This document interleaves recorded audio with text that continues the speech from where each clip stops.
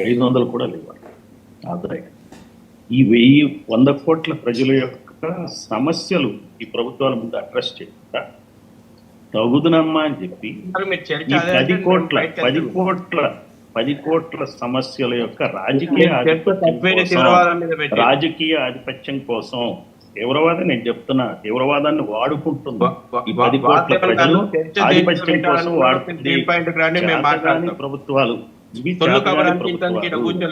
సొల్లు కాదు నాయన. Don't talk non sense. I'm telling you, talk properly. అసలు విషయం మాట్లాడు.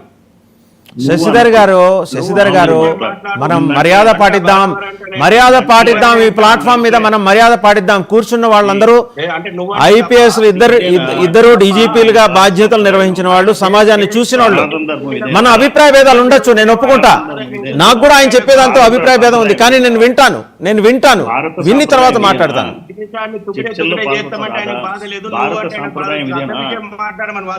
భారత సాంప్రదాయం ఇదేనా సనాతన ధర్మం? ఇదేనా మాట్లాడే పద్ధతి? నువ్వు అసలు విషయానికి రా అంటున్నా.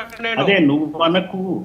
శశిధర్ గారు, మనం ఒక ఫ్రేమ్ లో కూర్చున్నాం. ఆ ఫ్రేమ్ కి సంబంధించిన సంప్రదాయం పాటిద్దాం.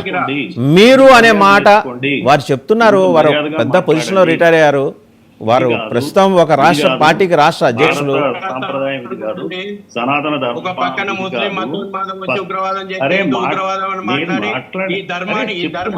శశిధర్ గారు, నేను మీ దగ్గరకు వస్తానని చెబుతున్నా. నెక్స్ట్ మీరే మాట్లాడండి. ఆయన ఒకే ఒక అభిప్రాయాన్ని ఆయన చెప్తున్నారు. Let him complete. ఆయన హిందువు.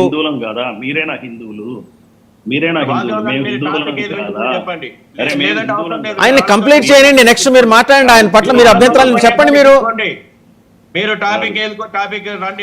ఆయన కంప్లీట్ చేయనిస్తే ఆయన ఏం మాట్లాడుతున్నారో మీకు తెలుసిన తర్వాత మీరు మాట్లాడండి. ఒక్క నిమిషం అండి, ఆయన మాట్లాడివ్వండి. మీరు పదే ఇంటరప్ట్ చేస్తే ఆయన చెప్పేది కరెక్ట్ గా వెళ్ళదండి మెసేజ్. ప్లీజ్.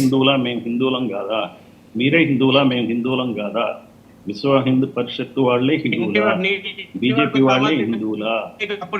RSS వాళ్ళే హిందువులా? మిగిలిన వాళ్ళు హిందువులు కాదా? మీరే హిందువులా? మీరే పేటెంట్ చేసుకున్నారా హిందూయిజానికి?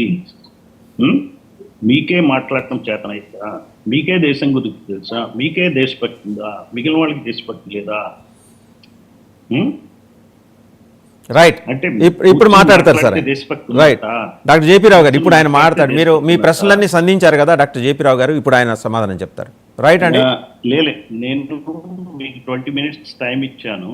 టైం అయింది. ఆయన ఏదైనా మాట్లాడుకోమనండి, కానీ మర్యాదగా మాట్లాడటం నేర్పండి. Thank you. Right. Doctor Shashidhar garu, ఇప్పుడు మీరు యూ కెన్.